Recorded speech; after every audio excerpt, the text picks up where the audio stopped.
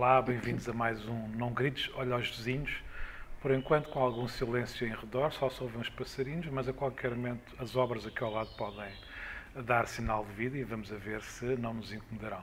Hoje tenho comigo a Patrícia Portela, enfim, como começar? A escritora, a atora também, já foste atora, performer, a dramaturga, artista, evidentemente, e atualmente mais conhecida pela sua função de direção no Teatro Viriato em Viseu. Tu não sei se tens a mesma sensação que eu, que às vezes quando me apresento e dizem Vítor Oblanciano, X, X, X, Y, que é, eu fico sempre a pensar, eu não sei fazer nada. Nada disto, exatamente. Não, mas tu és escritora, eu acho que tu te identificas mais como sendo escritora, ou estou errado? E, para já, obrigada por este convite de vir aqui para o centro de Lisboa. É um prazer estar aqui, como Lisboeta Alfacinha, que não vive aqui há muito tempo. Mas é engraçado porque eu acho que só admito que sou escritora há muito pouco tempo. Durante muito tempo tinha imenso prurido, porque achava que era uma profissão para... Não posso dizer que sou escritora. Exatamente, exatamente. Mas sempre tive sempre me diverti imenso com as definições, não é? Porque as pessoas gostam sempre de nos meter em caixas. Claro. E acho que nós somos, felizmente, cada vez mais a companhia. Podemos chatear os vizinhos, chateamos nós. Mas acho que nós cada vez mais somos mais pessoas multifacetadas, mas durante muito tempo eu tinha imensa vergonha porque achava, não só que não sabia fazer nenhuma destas coisas, como às vezes me davam apelidos de coisas que eu de facto mas tu não sei fazer. Que esse lado transversal das atividades hoje em dia, quando se encontra uma pessoa, por exemplo, como tu, por um lado gera esse efeito de, enfim, em ti própria, de alguma conflitualidade, no sentido de como é que eu me identifico, evidentemente. Apesar de eu acho que tudo isso pacificado, é a ideia que eu tenho. É escritora, ponto. Depois as outras coisas são evidentemente importantes, mas são outras coisas. Mas por outro lado também há um bocadinho aquela inveja ciumeira de olha-me este, pensa que sabe fazer tudo, não é? É um bocadinho esta coisa. Por um lado estamos a caminhar num sentido, eu acho positivo, no sentido de haver essa perspectiva desse lado mais transversal, dessa multiplicidade de saberes que na verdade convergem para tentarmos ser felizes enquanto por aqui estamos, não é? Exato. Mas ao mesmo tempo há uma certa invejazinha de olha este jogo que sabe tudo, mas não sabe é nada.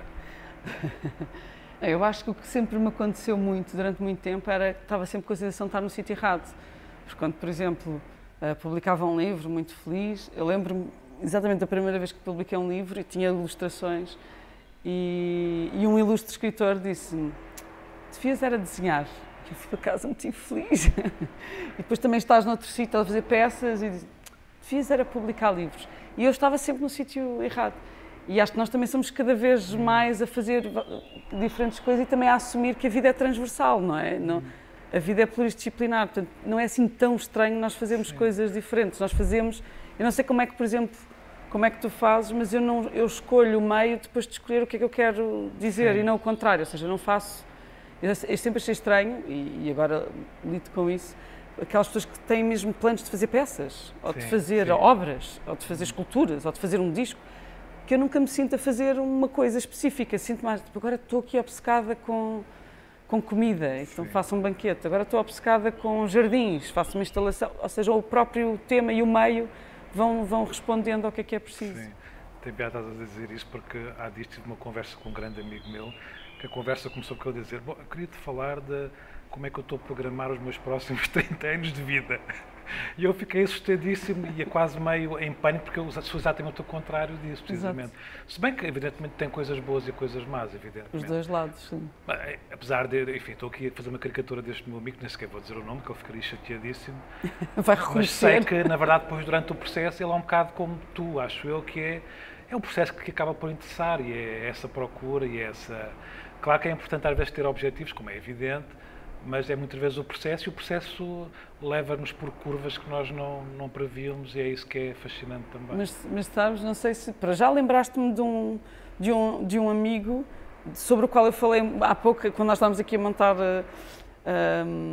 o grande equipamento que nos projeta para vários espaços, que é o meu amigo Givadinov, que é um lituano louco, que tem um plano de vida. Ele fez um cartaz, quando eu conheci tinha um cartaz, em que ele programava a sua vida até 2050, inclusive a sua morte, e dizia, eu vou morrer aqui e eu tenho esta peça a fazer, acho que era o Rei Lear, e que sempre que algum ator morrer entretanto, que ele já era mais velho, eu substituo por um satélite, era o grande projeto de vida dele. E está muito chateado porque o plano não se cumpre, porque ninguém morre e ele não me pode substituir. Mas isto para dizer que às vezes existe muito, eu vejo isto também por outros parceiros, que é esta necessidade às vezes de ter um plano e de cumprir um plano, às vezes causa muita frustração, porque o plano nunca se cumpre, não é? Como as previsões, claro. A definição de uma previsão é uma coisa que não acontece, não é? Tu prevês mais ou menos, mas nunca vai acontecer, se não era uma previsão, não é? E acho que às vezes é bom termos esta flexibilidade de querer muito filmar uma borboleta muito especial que existe na Tanzânia, não sei onde. Vais para lá e encontras, sei lá, um crocodilo que nunca ninguém viu. Não vais ficar obcecado a querer descobrir a borboleta, não é? E eu acho que nós às vezes somos assim na arte, não é? Continuamos com a borboleta, não encontrei a borboleta. Mas encontraste um crocodilo, 10 elefantes, 40 espécies que nunca tinhas visto na vida. Mas eu queria mesmo era aquilo. Bem, que isso leva-me para uma outra questão, que é, estamos aqui a falar desde que a conversa começou, que é, há muitas teorias que defendem precisamente que numa fase inicial da nossa vida nós perseguimos precisamente, se tu quiseres, pegando na tua metáfora, a borboleta, e só mais tarde, ou seja, temos um desejo qualquer que não cumprimos e é isso que nos leva, na verdade, a levar, se calhar, à escrita, por exemplo, no teu caso, ou à dramaturgia, por aí fora. Ou seja, é como se houvesse uma espécie de falha que tu estás sempre a tentar colmatar ao longo da tua vida. Se calhar é engraçado tu dizeres isso, porque eu nunca tinha pensado nisso, mas eu costumo dizer que eu faço exatamente o que quero, mas não o que planeei. Foi sempre parar a outro sítio, mas se eu pensar, gosto muito do que faço. Sim. Mas acho, por exemplo, nunca quis ser programadora de um teatro, nunca me ocorreu. Acho que quando me telefonaram eu dei sugestões, não estava a perceber que o convite era para mim. Dei sugestões, então olha, isto foi incrível. Não estás a perceber, Patrícia, estou a perguntar-te a ti. Sim, olha, este é ótimo, este é ótimo, este é... Não me ocorreu. Mas depois ter essa capacidade de mudar, mas acho que se calhar é isso, eu nunca tinha pensado, nós temos um plano... Estás que eu agora te pergunto, e quem é que tu sugeres em primeiro lugar? Não pode dizer, é uma maldade. Mas era muito melhor do que eu. Portanto, é melhor não dizer. Mas acho que o que tu estás a dizer é muito importante, que é, nós temos de facto, nunca tinha pensado isso também em relação à idade, não é? Nós temos imensos sonhos e também o tamanho dos sonhos não é muito grave pensar que se quer fazer peças penduradas num helicóptero, porque é possível, não é? Sim. Portanto, os sonhos são desse tamanho todo. E não é, os sonhos não vão diminuindo, mas de facto nós vamos construindo. Há muitas maneiras de construir prédios, não é? Tinha um professor que dizia isso, não é? Que não é, há muitas maneiras de ser arquiteto, há muitas maneiras de ser artista, não é? Nós temos uma ideia mais definida do que é que queremos ser, mas mais vaga, não é? Que para trabalhar no teatro só se pode ser ator, não é? Para se escrever só se pode ser o prémio Nobel, não é? Por exemplo, eu tinha essa ideia que se uma pessoa não sabe muito é melhor não escrever. Portanto, se eu estivesse à espera de ser sábia, que era o que eu queria ser, eu tinha uma amiga, nós éramos duas amigas na primária, e ela nasceu a 25 de abril de 74 e eu a 16 de março de 74. Portanto, eu no golpe das Caldas e ela no efetivo 25 de abril. E quando nos perguntavam o que é que nós queríamos ser, que são aquelas perguntas que fazem sempre, ela queria ser touro, não estou a brincar, queria ser um touro. E eu queria ser velha. Porque a minha ideia de ser velha era ser sábio, sentar-se numa cadeira e vem sempre alguém perguntar qualquer coisa e uma pessoa sabe sempre. Sim, em 1983 estava eu no Intendente a fazer não sei o quê. E pronto, e se calhar vou cumprir, não é? Era um sonho, se calhar, só que não foi pelo caminho que eu imaginava. Isso levava-nos para toda uma conversa sobre o que é essa coisa de ser sábio, não é? Mas olha, pegando na ideia inicial da multiplicidade, as tuas residências também são múltiplas, enfim, viveste muitos anos na Bélgica e continuas a viver na Bélgica, indo mais exatamente em Antuérpia. Há bocado identificaste como Alfacinha, portanto Lisboa, mas realmente agora, neste momento, estás mais presente, pelo menos, em Viseu, como tu já nomeaste aí de uma outra forma, porque és diretora do Teatro Viriato, em Viseu, e tu já referenciaste que foste convidada, e eu queria te perguntar como é que está a ser essa experiência, evidentemente. Esta história já é... Eu vou ficar para sempre como... Tu já estás agora para situar as pessoas que nos estão a ouvir, tu entraste em funções em fevereiro ou março do ano passado. Não, em março, era o que eu... Mesmo na altura da pandemia. Eu entrei e fechei um teatro, portanto eu consegui aprender todo este ofício que não fazia ideia qual era, porque toda a vida fui artista independente, toda a vida trabalhei para mim própria e colaborei, e isto é uma das questões, não é? Porque sim, eu posso ser, ou podem-me qualificar como, ou adjetivar como uma pessoa transversal ou pluridisciplinar, aqueles nomes todos que existem, mas no fundo eu colaboro como transdisciplinar, pós, o que for, pós não. Multidisciplinar, mas eu trabalho com muita gente de várias áreas e gosto muito desta ideia de cada um tem a sua chafarica, o seu pelourinho, e nós juntamos e colaboramos e criamos as nossas obras. Mas eu não sabia nada sobre programar, portanto, sempre toda a vida fiz as coisas em projetos independentes que nascem e morrem por si só, são inteiros. E eu tive que aprender a programar numa altura em que não se programava, desprogramava-se, não é? Adiava-se, mudava-se, alterava-se. E o que é engraçado, nós, apesar de tudo, já passámos 1 ano e pouco dessa aventura. Mas se calhar até foi uma altura foi boa para experimentar. O Ruizinho que disse uma coisa a certa altura, dizia, o melhor timoneiro sabe-se, ou experimenta-se, como é que era? Sabe-se ou conhece em terra. E fui uma timoneira em terra durante 1 ano. E o que aconteceu é que nós conhecemos-nos muito bem.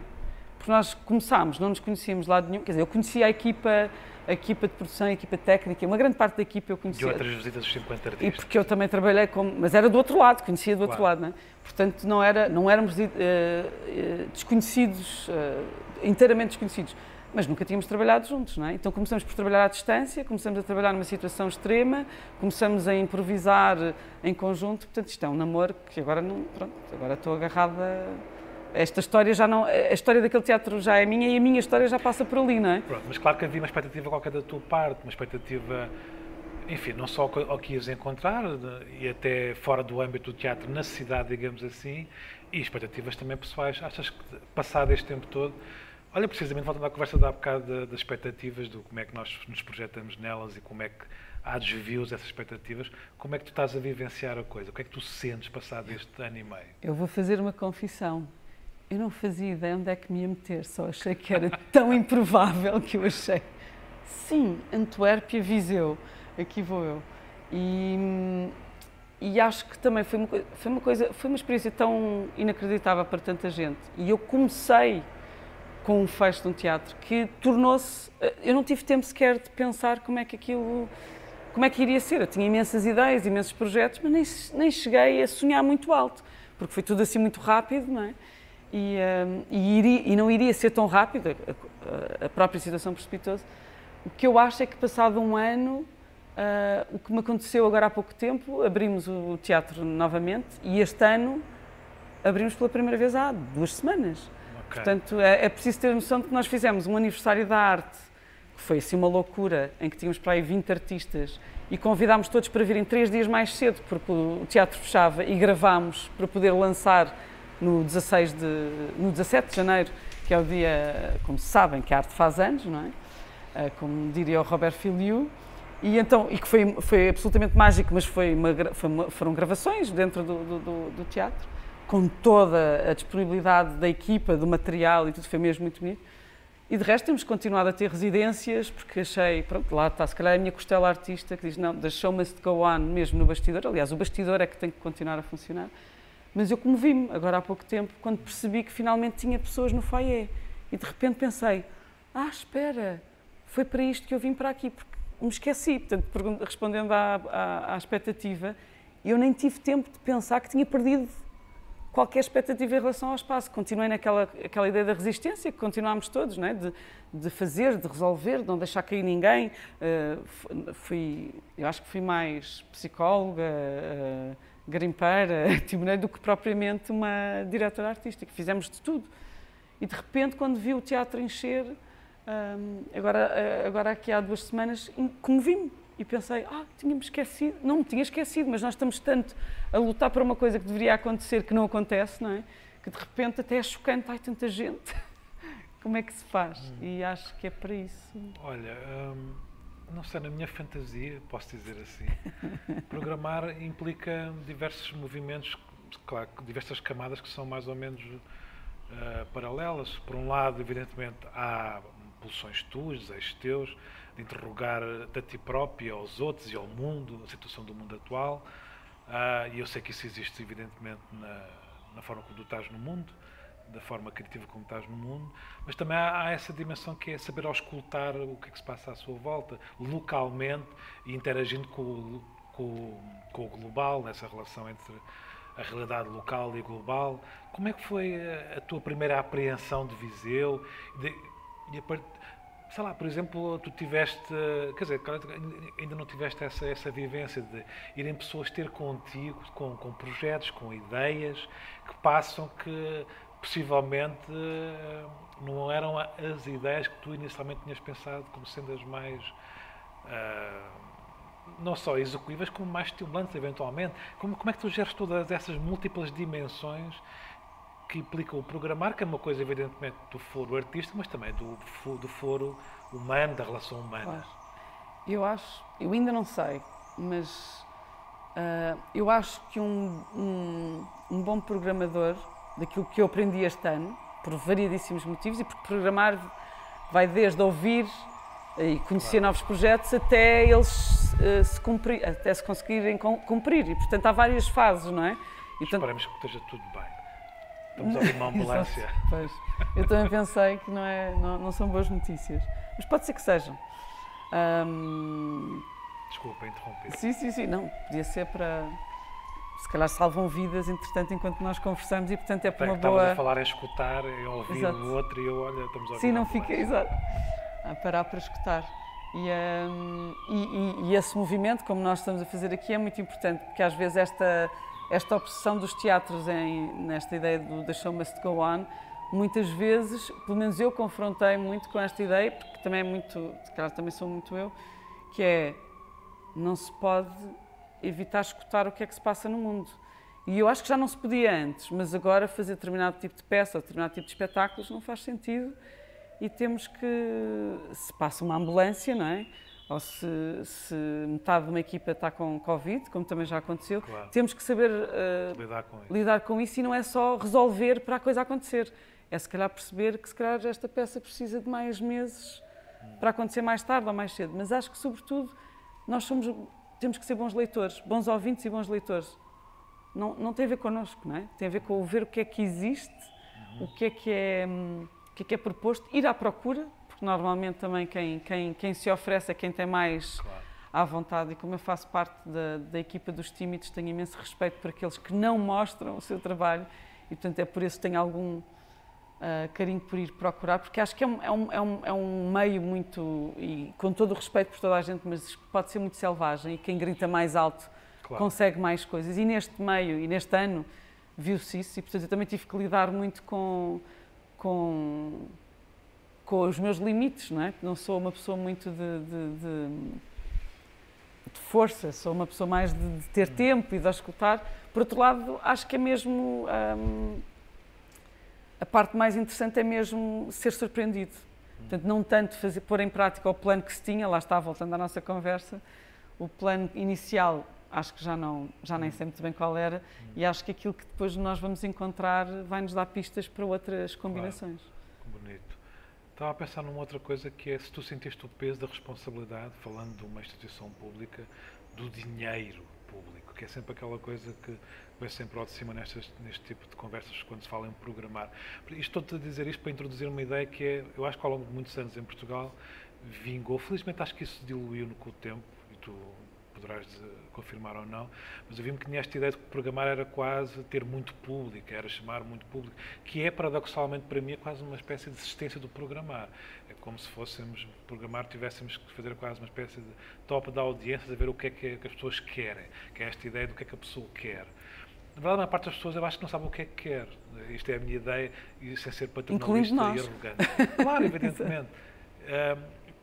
Ou seja, a minha questão era um bocadinho essa, como é que se gera essa ideia de, e tu já falaste um bocadinho mais ou menos sobre isso, sobre essa ideia de teres projetos que são características, eu não gosto da palavra minoritárias, mas que são projetos muito específicos, talvez mais de laboratório, experimentais, mesmo assim, e evidentemente teres noção que aquilo é um teatro público, do sítio onde tu estás, do contexto onde tu estás, e de evidente também, acho eu, queres ter o maior número de pessoas a participar e a ter desejo de ir ao teu teatro. Como é que se gera essas dinâmicas que aparentemente são contraditórias, mas que na minha visão sem querer responder por ti, podem não ser? Eu acho que durmo pior desde que estou em Viseu, que era uma coisa, é uma das coisas que me orgulho imenso. Tenho imensos outros problemas, mas durmo sempre que nem uma pedra em qualquer situação, mesmo quando a minha filha não dormia, se é preciso 10 minutos. Mas isto foi a primeira vez exatamente por esse peso, porque eu acho que nem é só público versus uma coisa com imensa qualidade, mas que só dá para 20. Acho que ainda há mais questões, é um teatro que é o único teatro numa zona bastante grande, há muitos públicos. Por outro lado, acho que deve haver uma comunicação muito clara, porque lá está, nós somos especialistas de uma coisa, neste caso de espetáculos, de concertos, de artes vivas, enquanto outros são especialistas de outra coisa qualquer, de jardinagem ou de restauração ou do que for. E acho que temos que ter esse respeito uns pelos outros, de perceber o que é que cada um pode fazer e dar o seu melhor. Por outro lado, acho que nós temos que fazer, para já até porque são dinheiros públicos, acho que há várias missões a cumprir num teatro, que não são só o de mostrar a cena mais alternativa ou a cena mais, nem só a cena mais popular, há todo um outro espectro de temas, de questões, de formatos. Para mim interessa muito apresentar diferentes formatos, que não fiquemos só, e sobretudo que o teatro, acho que é aquilo que é mais transversal e que me permite juntar estas duas coisas o querer programar algo que eu acho que é fantástico e ao mesmo tempo que o público queira, é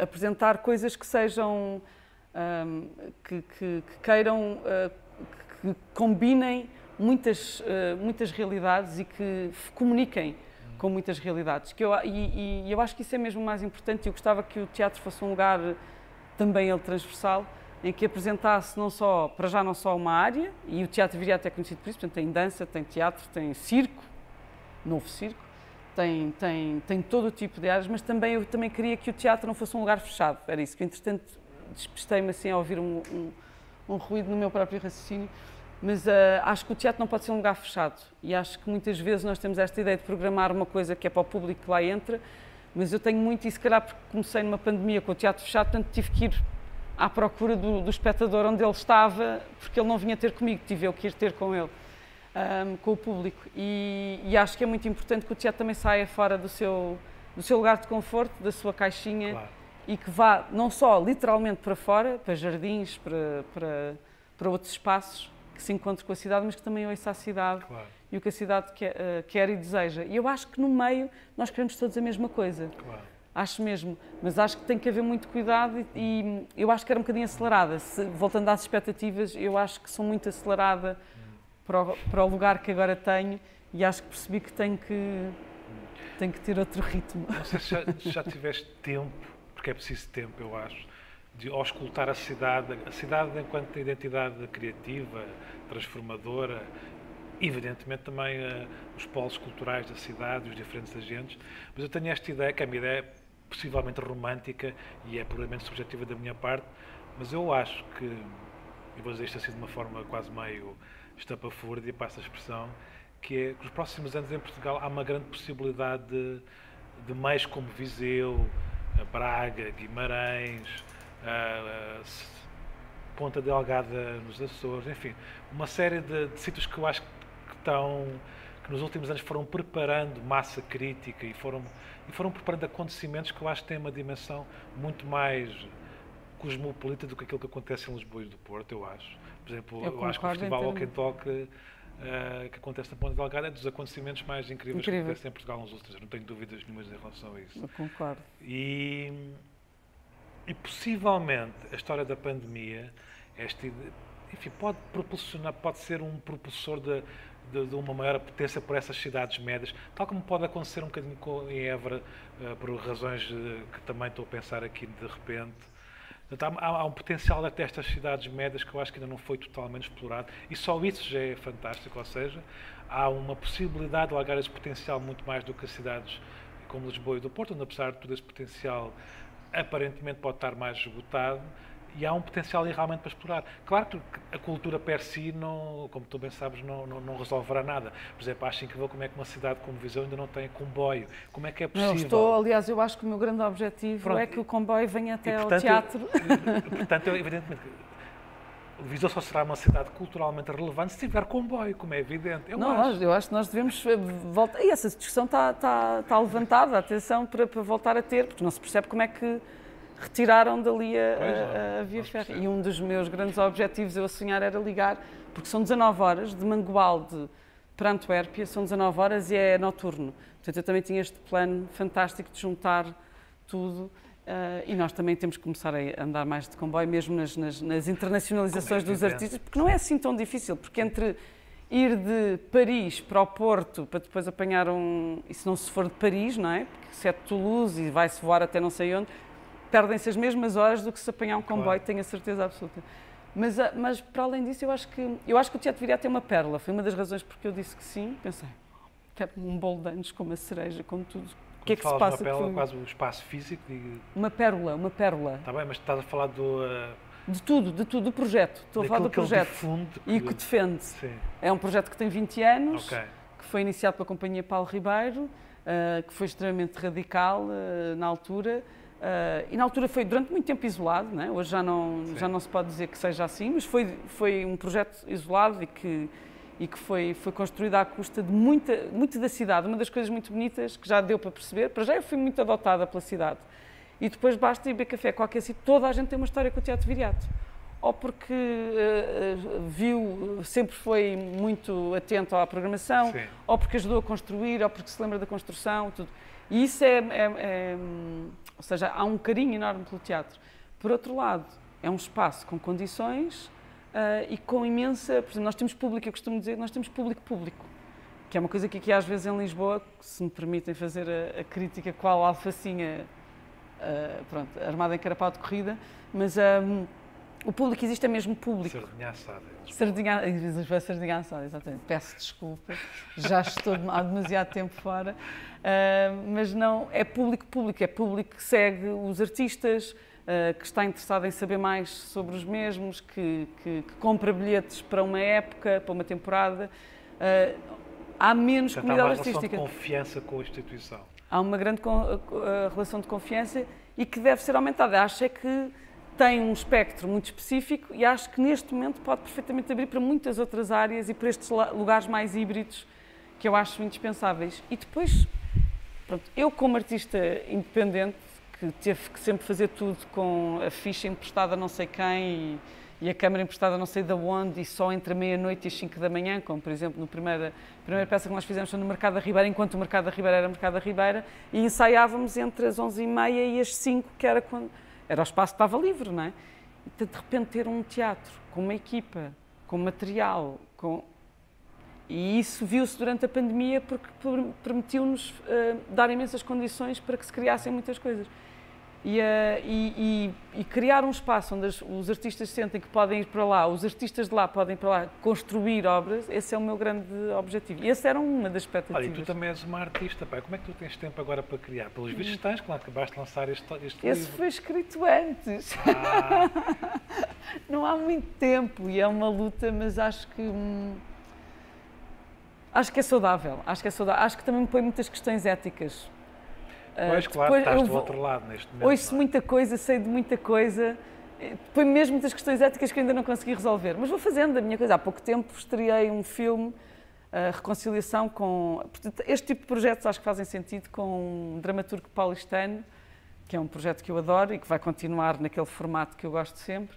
E este IFA só não foi terminado exatamente porque a minha grande questão em dizer que sim ou que não ao Teatro Viriato era precisamente terminar esse livro. E depois não o consegui terminar, entretanto, é um livro que se transformou muito... eu costumo dizer que os livros a mim me acontecem, não é? Há pessoas que fazem grandes pesquisas ou são muito autobiográficas. Acontecem muitas coisas, o Teatro Viriato também te aconteceu. Esta aqui foi... Não, mas exatamente para confirmar a minha teoria. Muitas vezes os livros, eu escrevo e depois eles acontecem. Neste caso, ele começou a acontecer quando ele não tinha terminado. E houve ali um momento que eu rejeitei o livro e pensei, isto é sobre o quê? Isto já é irrelevante, o mundo já é assim. E depois percebi que não. Isto é sobre o quê, Patrícia? É sobre viver numa parte do mundo, que não sei se sabes qual é, se reconheces, onde há imensas condições, imensos direitos, imensa segurança social, imensa possibilidade. Eu gosto de experiências novas, quero ir para aí. Pois sim, se calhar é um bocadinho mais ao lado.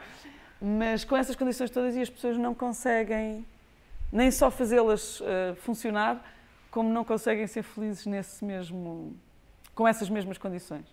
E é pronto, se calhar é a minha mágoa com uma Europa que eu romantizei, não é? Eu faço parte daquela geração que pôde sair e achou, pronto, que vai para o centro do universo e vai para sítios incríveis e depois vai descobrir que o projeto europeu e a moral e a ética europeia é uma coisa que vive à custa de outra ética que existe, não é?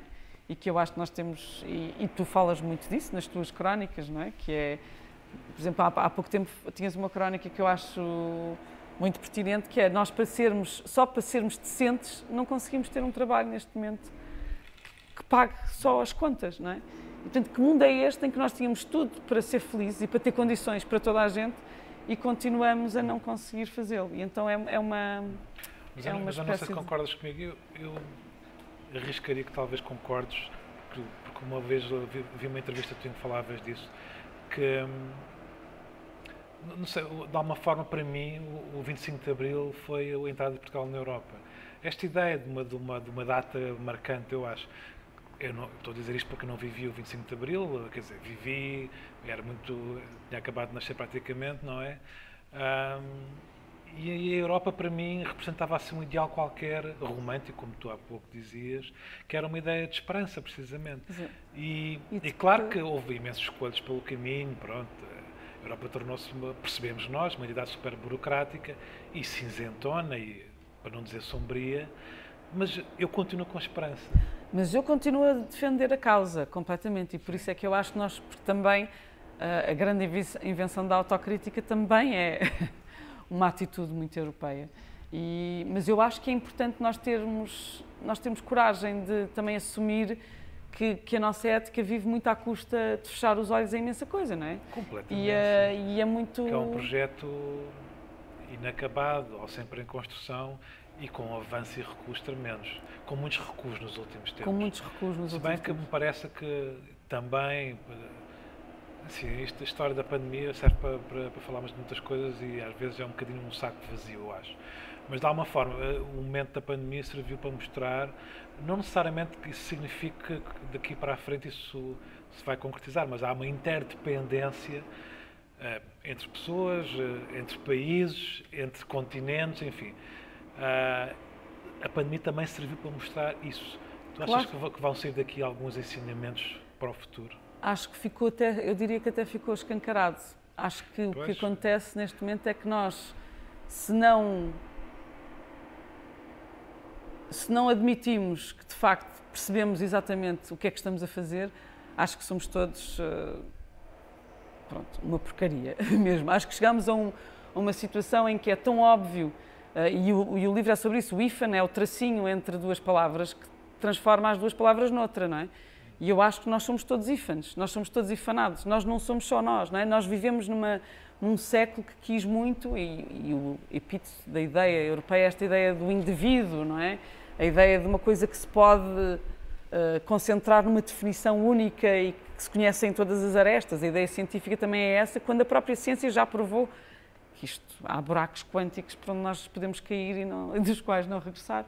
Mas acho que nós somos muito essa relação. Somos entre nós e os outros, entre este país e o outro, entre aquilo que eu compro e o que é preciso para que me chegue a casa, não é? Tal ideia também da quarentena, não é? Toda a gente em casa. Não, só estão em casa aqueles que não são essenciais, vejamos. Claro. E por isso acho que ficou escancarado. Portanto, acho que a partir daqui nós vamos ser pessoas ou muito hipócritas ou muito cínicas, ou se calhar acho que isto pode mudar. Falas muito numa ideia que é quando há obstáculos à frente, pode-se fazer ao lado, pode-se criar uma alternativa. De alguma forma, não sei, como eu disse, infelizmente ainda não li o livro, mas o que me estás a dizer remete-me para aí, para essa ideia que é, no caso concreto da Europa, mas noutras situações, que é, que lá estamos a fazer as perguntas erradas, ou seja, Exatamente. as alternativas estão... Nós achamos que não há, estamos sempre com esta coisa que não há alternativas, mas elas existem. Temos é que pensar se calhar ao lado e fazer outro tipo de perguntas que não aquelas que temos feito até agora. E eu acho que aí é a nossa herança também europeia de quem sempre perguntou. E nós não andamos a perguntar o suficiente, não é? Quando toda a gente diz, não se pode, por causa da distância, não se pode trabalhar nos escritórios, vamos todos para casa trabalhar, ninguém se lembrou de dizer, olha, vamos reduzir o trabalho, o horário de trabalho para menos, ou para menos pessoas, ou vamos distribuir por mais pessoas por menos tempo. E nós estamos sempre constantemente a querer cumprir a mesma, e é a mesma coisa com o teatro, não é? Se calhar o teatro não tem que ter, há certas itinerâncias que já não fazem sentido, há certos projetos que duram 2 semanas e que vão a 400 cidades, também já não faz sentido, e nós temos que ter essa coragem, isso custa, não é? Uma pessoa admitir que viveu de acordo com um estilo de vida que não faz sentido. Independentemente do conteúdo deste e de outros livros teus, já li alguns, eu gosto imenso do lado formal da tua escrita. Gosto mesmo e acho que é extremamente criativo, evidentemente, e queria te perguntar se tu treinas isso ou se é qualquer coisa que tu já treinaste no passado e que agora te sai com alguma leveza ou descontração, ou se é qualquer coisa que exige algum tipo de disciplina da tua parte. Eu acho que escrever é um bocadinho como ir às Olimpíadas. Eu acho que exige... Eu escrevo todos os dias, como um bailarino dança todos os dias, ou como um jogador de futebol treina todos os dias.